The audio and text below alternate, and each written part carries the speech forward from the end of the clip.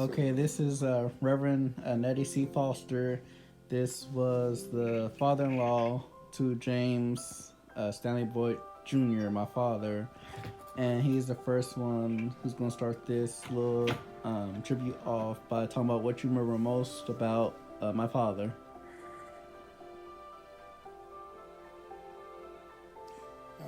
James, I think about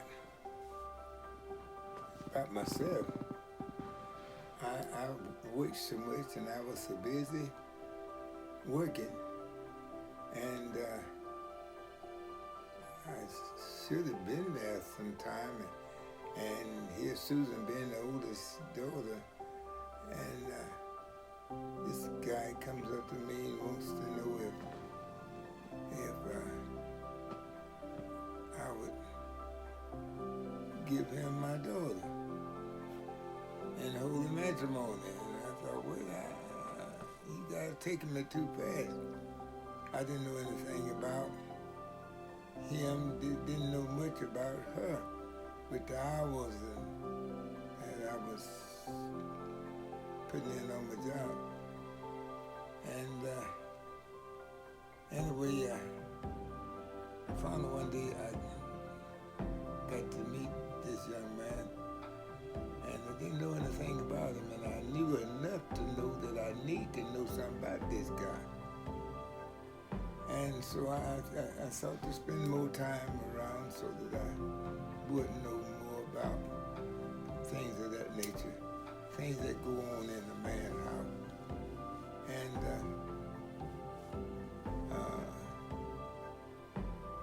I found out that he worked downtown, and this one day he came over and he was sharp. I believe it was a white shirt and tie, and he was tied down. I wasn't used to that, black man going to work like that. So I got with him, and we went downtown.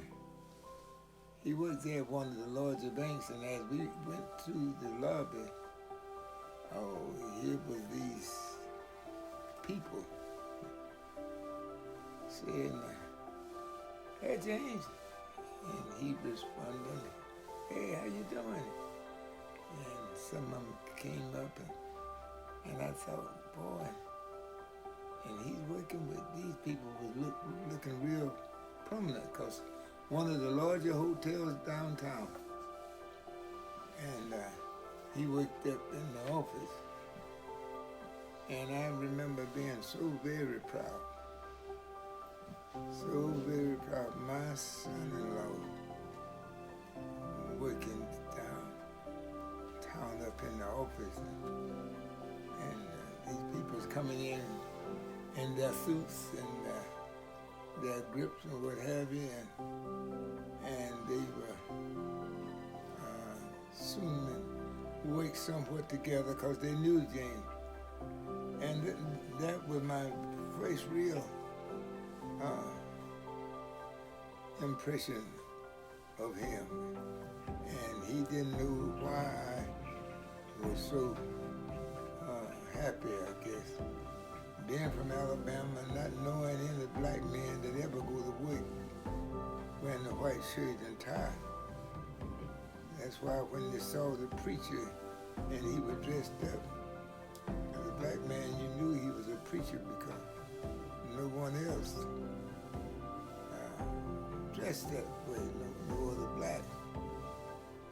And so from that day forward, I was acquainted with the fact that the boy had a head on his shoulder. Anyway, that was one of the highlights of me walking through that mall there, or that area, with my oldest son-in-law. What do you remember most about him during his time here in Alabama since he moved here? The first thing I remember is his response to Alabama soon after he got down here. And he said something that I don't think I'll ever forget. he said, trees, trees, trees. Did I say trees?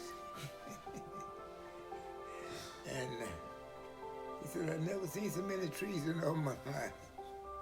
Because it's not that many right there in the Indianapolis area because of the businesses, the home is just being occupied. So. Now, what do you remember about him as far as the holidays? You know, as far as Thanksgiving and Christmas. Oh, he cooked that lemon pie. That's what I remember there. And he was a deep thinker. We could talk. We could get into some deep subjects. And he had some good information, and I had a lot of respect for him because you might say he's thought like an old man, but that was he, and we could get into some heated conversation. Leave giving each other our tip to pass. Now, as the associate pastor of the church he attended, what can you say about his, like when he went to church, what can you say about, you know, his memories there, like how he served and, you know, what do you think the church missed most about him? I didn't know him as a religious person, but I found that he had a certain amount of knowledge, and it was different from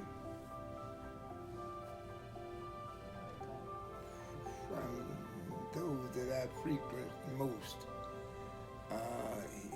It was coming from a young man,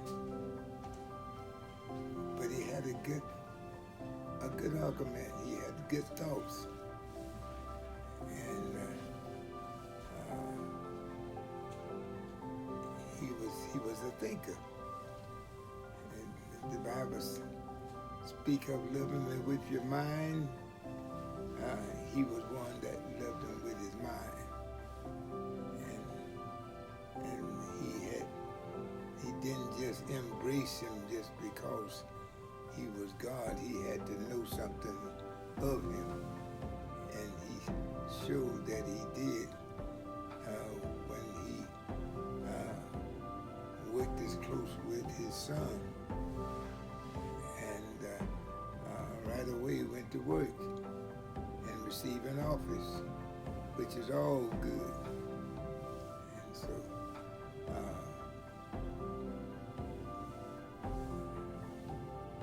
I guess that's about all of the meat that I would have to give. So as far as your closing remarks, what would you like people to know about him? Like if they didn't know him, what do you think people would like? What could they take from him? I think they could take growth away from him, and if you would take him as an instructor, as one that you could look up to, you could learn from, because he was one that would read, and he would study, and he wanted to know, so that was good with me. He had an inquisitive mind and being sharp. So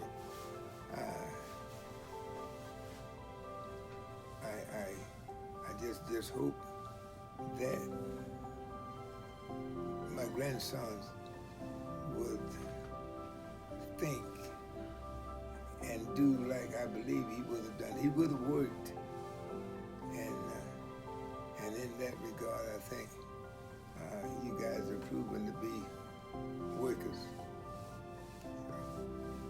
So thank you for this show, the interview, and hope I sent the message that I was seeking to send.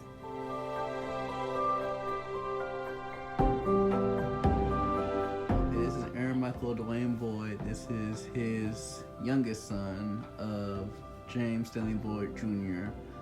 With him being your father, what do you remember most about him?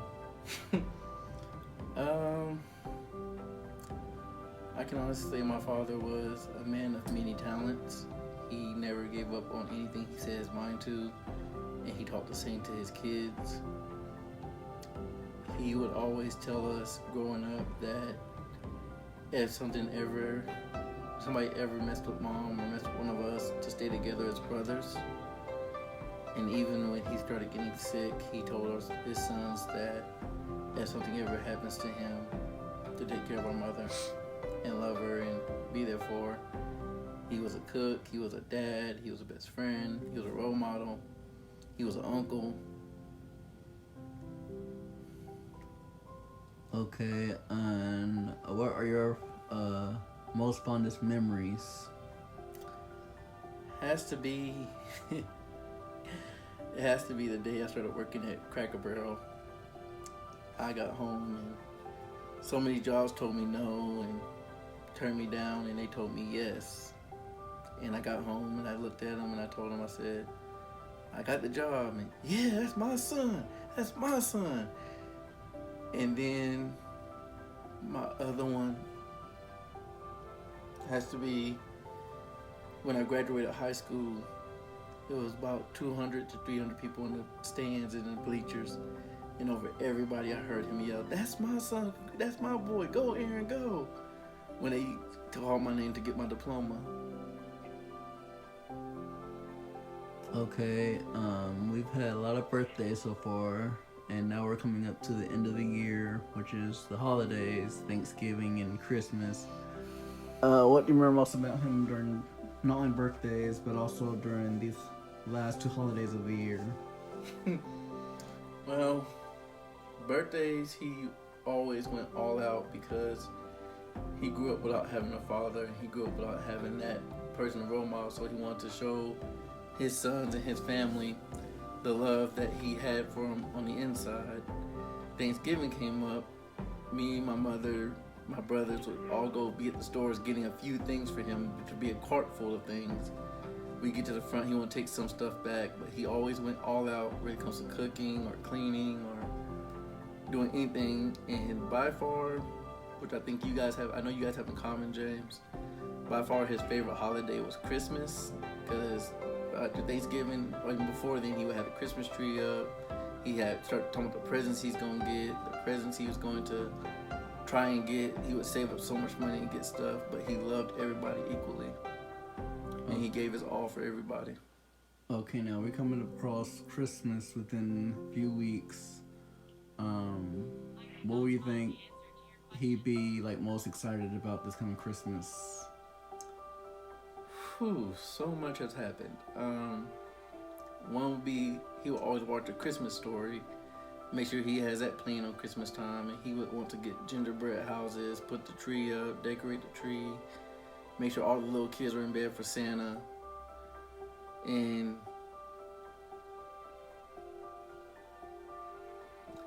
he would just basically give his all, his last dollar, to make sure that the ones he loved the most had what they wanted, if not what they wanted, close to it. Now, same question. His closing remarks. People, you were out with him in public, people would laugh at him and point at him because of his weight. What would you tell those people now if you could? Like, what should they take away from him? My father, even I believe even until now, even in death, he carried a pride about himself, that he knew the weight he had, he knew the problems that he had dealing with food and everything. He would tell them to not laugh or tease, but to love everyone no matter what they look like. And to know that he loved them, even though he didn't know them, he loved them. and he wasn't mad at him for it. Okay, any last words you want to say about your father? Just that I miss him, but anybody that knew him can tell you he gave his all. He loved everyone, and I truly believe he's still here with us. We just can't see him.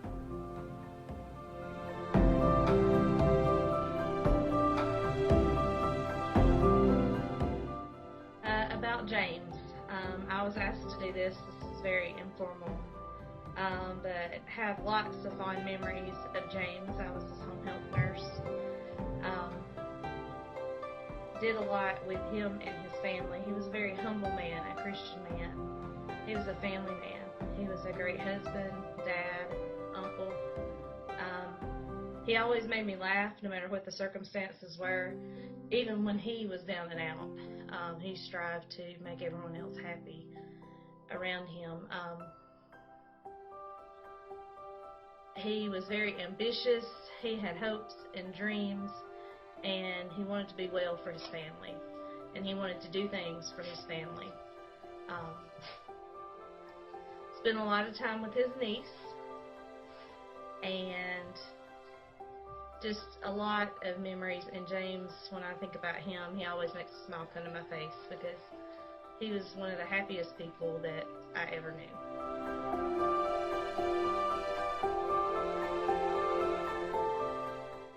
Hi, I'm Regina Matt, and I remember when Susan and James were first dating and what a nice young man he was, and after he and Susan got married and had their children, I realized what a caring husband and a loving father he was. And I am so glad that I've got to make his acquaintance, and I am so sorry at his passing, but I'm so happy also that he's out of pain and with Jesus now.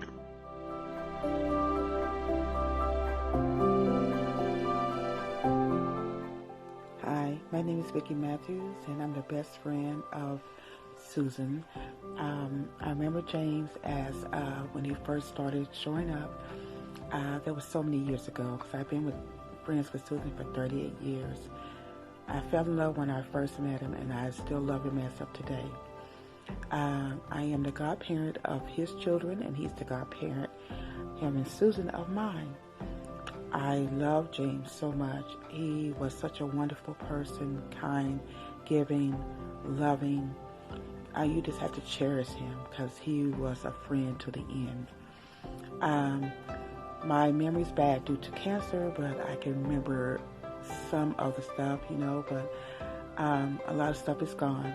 But I remember him before he was ready to move to Alabama, because I just came back from Alabama, and he welcomed me in the house after not seeing him for some years.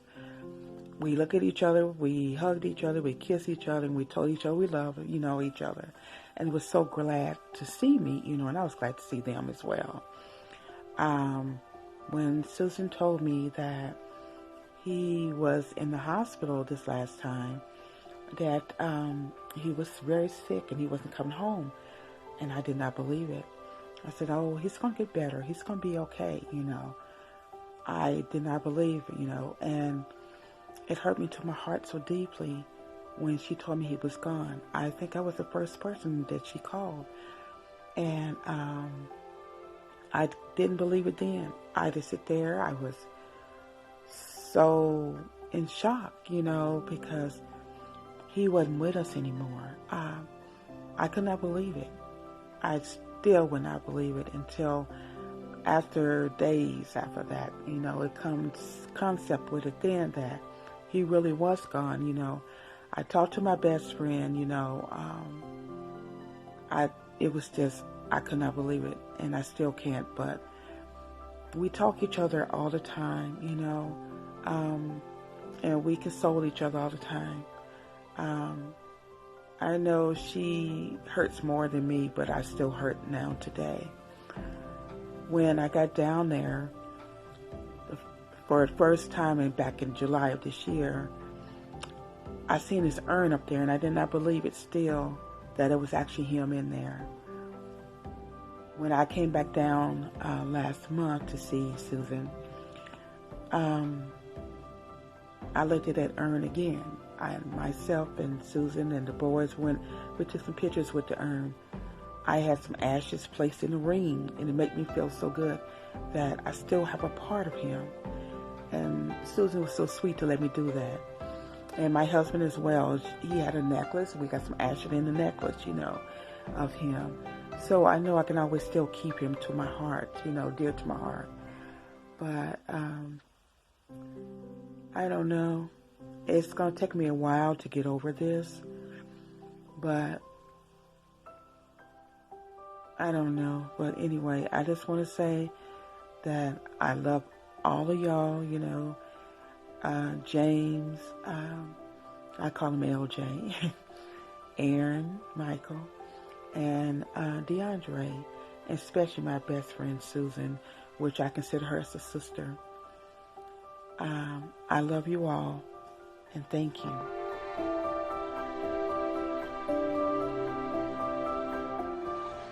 Hello, Hey. this is Sister Parr. And Journey. And on behalf of Pastor Parr and our entire family. One of my most favorite memories that I always want to remember about Big James, because we call him Big James because we call LJ for Little James, is the smile.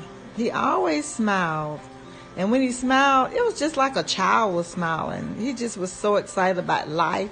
And the smallest things would get him excited. And I love that childlike spirit that he had. What I remember about him is that he was very good with kids and he was a godly man. And he was very nice to people, elders, and children, and people in between. And he made sure that they were safe and that they were happy and having a great time. One of my special memories was when we went to Six Flags. I don't think anybody was as excited about going to Six Flags as Big James was. And when he went, there came that big old special smile that he had. And I remember LJ just pushing him with all his might, trying to make sure he saw all the beautiful sights at Six Flags. That was such a... It was a great time. And it was very fun because he was, I don't know, he made sure that we had a lot of great memories to keep and remember about him. We know, for one thing I know for sure, that he really loved his wife, he loved his children, he loved all his godchildren, he loved children, period. And he was a man that loved God, and he was a godly man, and he was very special. We'll never forget him because of those things. Yeah. So now we can shed tears, or we can smile like he smiled, and pass on all that love that he did. And that's what I'm going to do. I'm going to choose to smile. And even though during the time that the family, you all are grieving, just smile. Because we're all going through grieving periods this year. But we all choose to smile. And we thank God that he's carrying us through. And we love you all so very much. And may God bless you all. God bless. Love y'all. Bye-bye.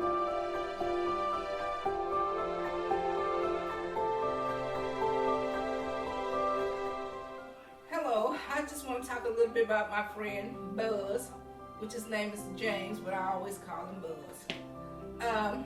Buzz was my go-to person when I had a report to do. And I would go to him at the last minute, and I wanted him to work miracles for me. I was like, I need this report done. And he was good at grammar, punctuation, whatever. He just can do it off the fly. And I was just like, I always tell him after we was done with it, I was just like, you don't need to be doing whatever you do. You need to have a job at in the White House or somewhere because you're so smart. I thought he was so brilliant. And he was like, he didn't really brag about himself, but hey, he know he was the star. And he really did love his family, you know what I'm saying? He always took care of his boys and tried to teach them right. And we would always get in these debates, you know, about the kids and what they need to do in school or how they gonna grow up and stuff. So he always wanted them to be on the right path and stuff. But I really do miss him. He was a good friend to me. And you know, I remember when he was able to, you know, get out. We went to see the Gerald Levert concert and stuff, and we was like VIP, baby. And we was surrounding him like he was our pimp. He had me. He had all the girls. and he was loving it. So, and as you know, Buzz, he loves his, he likes to talk about his sexuality. He was like, it ain't no shame in my game. And the kids be like, Dad! But that would be him. And he was always brags about how fine his wife was. And I'd be like, what you telling me about this for? But, he was just like, yeah. He's like, y'all know how I am. That's what he always say. Y'all know how I am. And so we'll fall out and we're going to laugh about it. But I'm going to let Chucky tell y'all a little bit about it. The gamers. Played a lot of games with Buzz. It started out with Call of Duty, just talking all the little noise. Like each year, the game dropped. I got a chance to play with him, laughing with the boys. But one of the main things, I started getting into DC because of Buzz, seeing all his figurines and just every little thing. It was very unique in a way. And I'm taking off on stuff for collecting on my own. So he's a very good influence in people's lives. So thank you guys. Hope this helped. Goodbye. Love you, Buzz.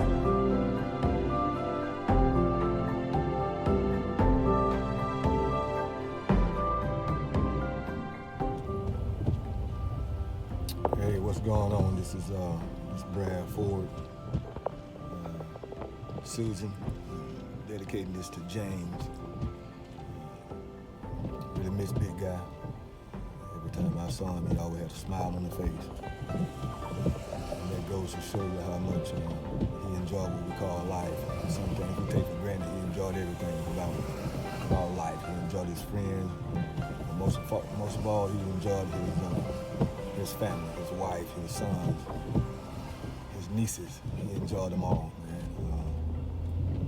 I wish I had spent more time with you, James.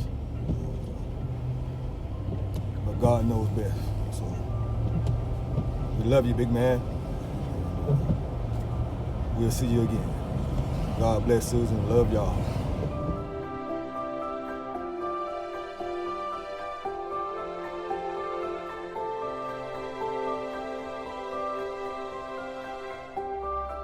As foster family, we're here. We would just like to share our thoughts and our memories for our beloved brother and cousin, James Boyd.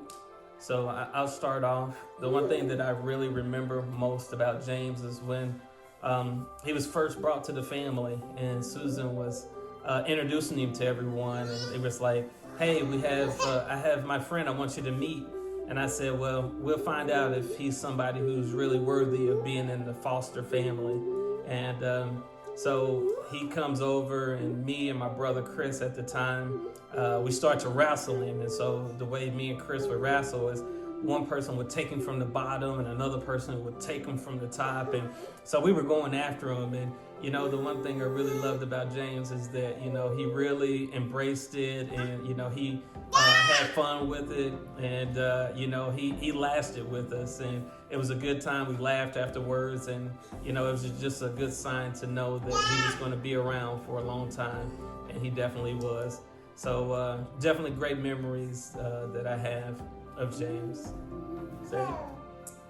One of my kind of highlights of always going on family visits back to Indianapolis or down to Alabama is always sitting and talking with James. We could have conversations about a variety of subjects for long periods of time.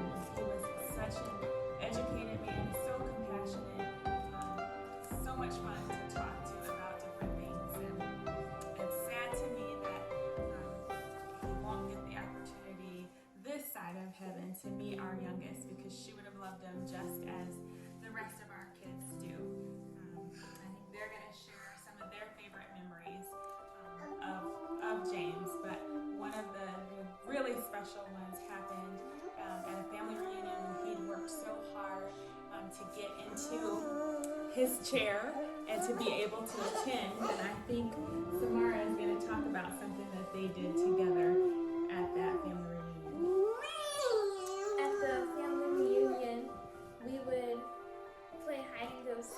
where I would hide and then he would use his eyes to find me. And I thought it was really good at the time. But now when I look back at the pictures, I realize I didn't do a very good job at hiding at all. But even though he wasn't able to physically get up and run the way that he desired to, he found a way to play a game with our children, and that was always very special to me. And one of the things that was really, really cool too is, whenever we came to talk to him, just talk about one of the sharpest minds I've ever known, just when it came to computers and when it came to technology, all of those things, it was great. Many times when Susan and I and James and Sadie would get together, James and Sadie would start talking and Susan and I would just have to walk away because they're talking about all of these things that, me and Susan, we were like, okay, we should probably go on off, and we'll come back and they're still talking. And so, it was just great how they, how he welcomed, Sadie into the family, and he just, welcomed everybody like that. And that was just the kind of heart he had. So, Isaiah, would you like to share something? I remember how he used to read these Marvel comic books. He liked them a lot, and so he'd tell me about them, and I always thought that they were really cool. Well, Definitely somebody that we cherish and love, and he's greatly missed. We look forward to seeing him again in heaven. amen. We miss you, James. We love you, and we know that we'll be seeing you again in heaven. Amen. See you later.